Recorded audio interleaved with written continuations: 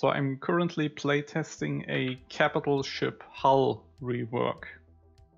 What you can usually see in the base game are big ships like these. Once they have won their first major victory in any space cluster, they usually become the top dogs. They are basically untouchable because fleets are rarely even. In any other mod, like Mayhem 2 for example, factions, if they lose ships, they can respawn them, and they also have jump drives. So the battles are, the outcome is much less important. If you lose a ship in Mayhem 3, it's a major setback. The ship has to be rebuilt. This is a slow process, and then it needs to travel. And oftentimes you have slightly smaller fleets which are attacking these big fleets with capital ships, and those ships have the vast majority of their total hit points residing in the shields, and those get recharged for free. And this just gives the winner, the victorious side, too big of an advantage, because they can just continue killing the slightly weaker faction, and this faction never manages to rebuild properly. So what I'm going to do, or what I already did and testing right now, is turning this hit point distribution to the head. So the vast majority of the health will now be in the hull of those big ships. And this means that they are much more likely to receive hull damage. The shields are failing earlier, but it's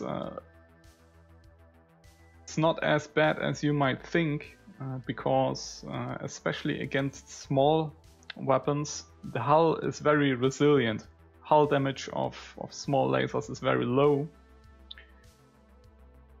and that means that they will only ever receive very little hull damage.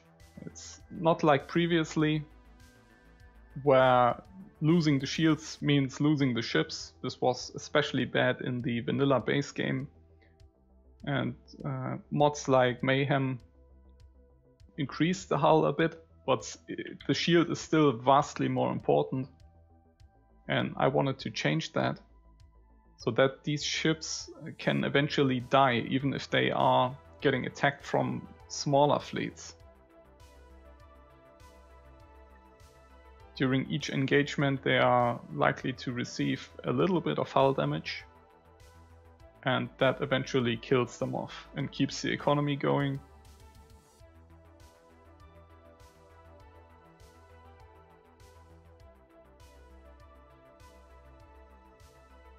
And overall global balance will be better.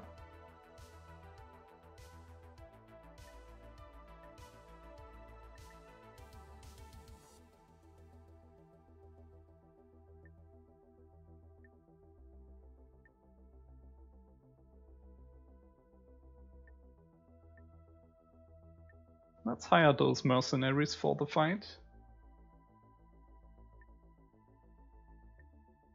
We have 2 squadrons.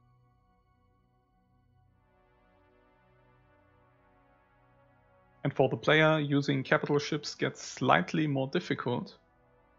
Previously you could just send them to a cluster of space and then keep killing enemy sectors without any problems.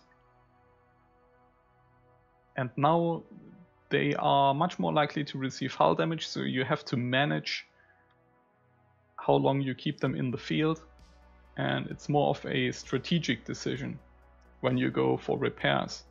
I have speed up the repair process.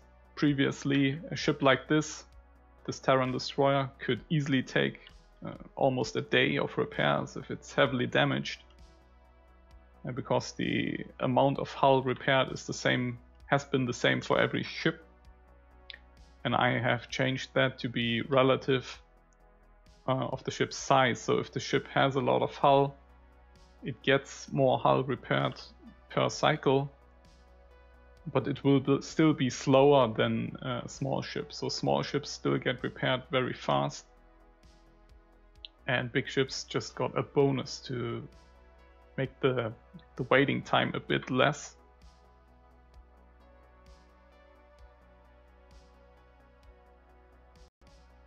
You can't really implement a proper rock, paper, scissors system, like big ships not being able to hit small ships. That's not possible with this engine. As soon as the fights are out of sector, everything breaks apart. So I don't want to implement any balance like that. That certain ship types are less effective against each other. It's more about a large-scale strategic balancing. As you can see, those mercenaries, they already broke through the shield of this destroyer. The shield is rather weak, but as soon as they are eating away at the hull, they are doing almost no damage. And this is intended so that the ship doesn't die instantly. It's more like a long-lasting type of damage.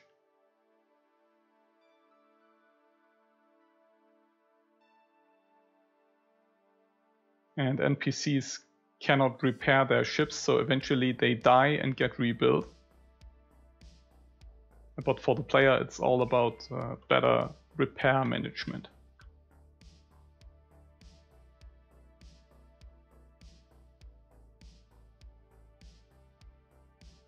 And it's also about cost. In my rebalance, you cannot disable maintenance cost completely. Even with the dry dock perk, it only reduces the maintenance, it doesn't disable it, like in the main mod.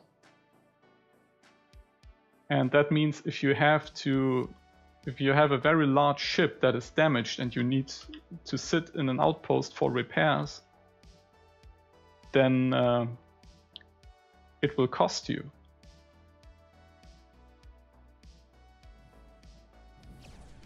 So these big ships, as you can see, we are now shooting our main guns and they are eating the hull a lot quicker. But if our big destroyer gets damaged, then he has to sit in an outpost for a couple of hours and get repaired, and during that time we are paying maintenance for it. A bit less if we have the dry dock, but we are still paying maintenance. This is the sort of strategic decision making that I want to implement.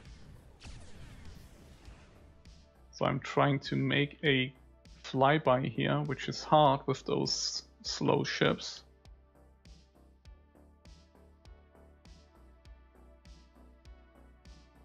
The artillery is firing just fine, and now I want to get my other two destroyers in range.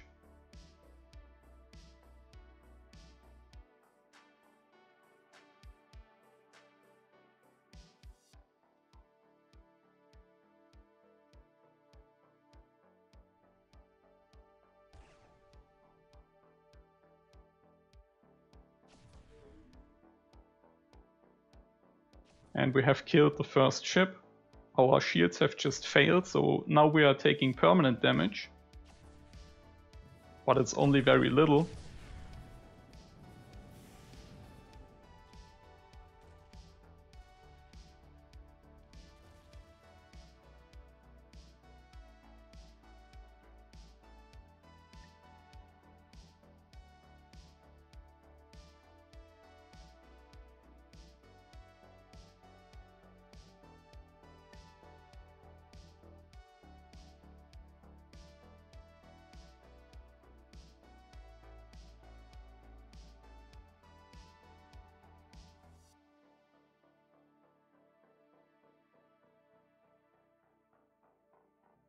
Oh, and we have another split battle group coming in, and they are going for our missile frigates.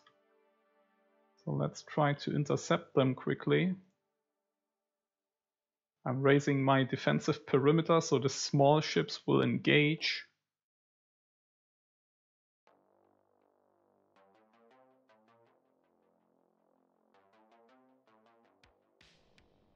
Yeah, they have rebuilt a battle group. which is mostly consisting of smaller ships.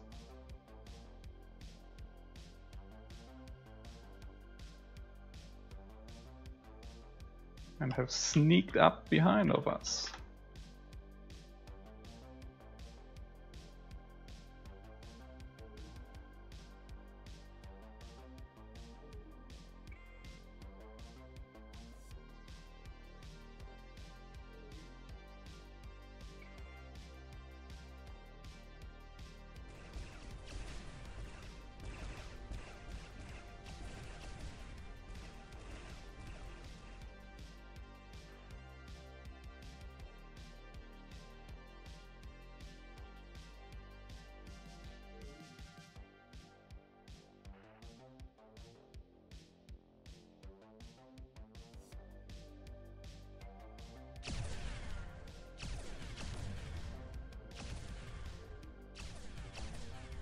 So the main goal has always been to promote the usage of mixed fleets, and capital ships, they do take a long time before you unlock them, but once you had them, there was basically no reason to use smaller ships anymore.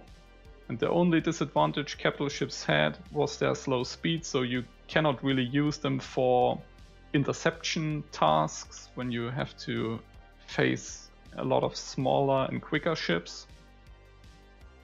But for the main brute force attack and defense fleets, there was nothing better than capital ships. And because their hit points, a lot of their hit points just regenerated for free, and that doesn't really fit too well with this real economy approach of Mayhem 3, in my opinion.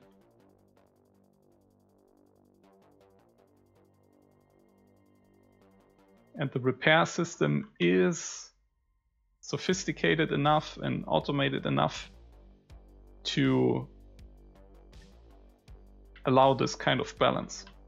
In the base game, this would be horrible if you had to manage repairs of your ships.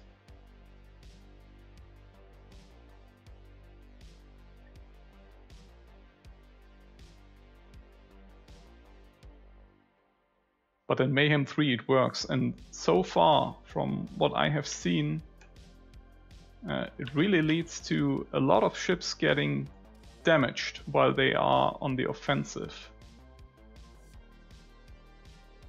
Okay, some of these ships also have very low hull. These Xenon here, for example, when I introduced this change, I didn't really patch them to reload their hull. But a lot of other fleets, let's see if we can find one.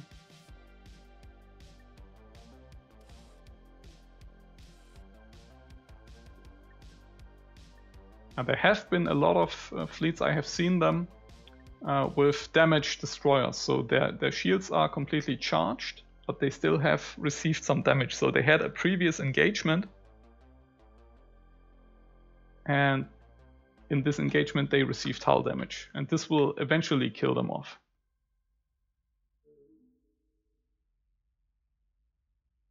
So now our destroyers are firing.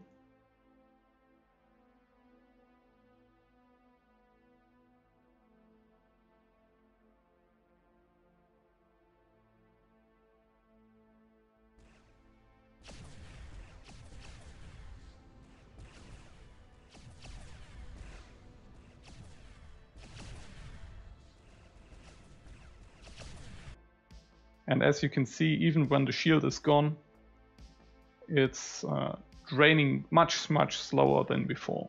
The ship would have been long dead with the standard balance. But now the hull is a major part of the tankiness of those big ships. Frigates are also affected. But not quite as much. They didn't lose as many of their shields, but they also didn't gain as much hull. So this only really affects the very large ships. And it also affects stations. I didn't give stations any additional hull hit points. because I think the wars are now much better balanced with features like coalitions and also this hull rebalance now. Smaller factions can survive much better against steamrolling factions which are growing very powerful.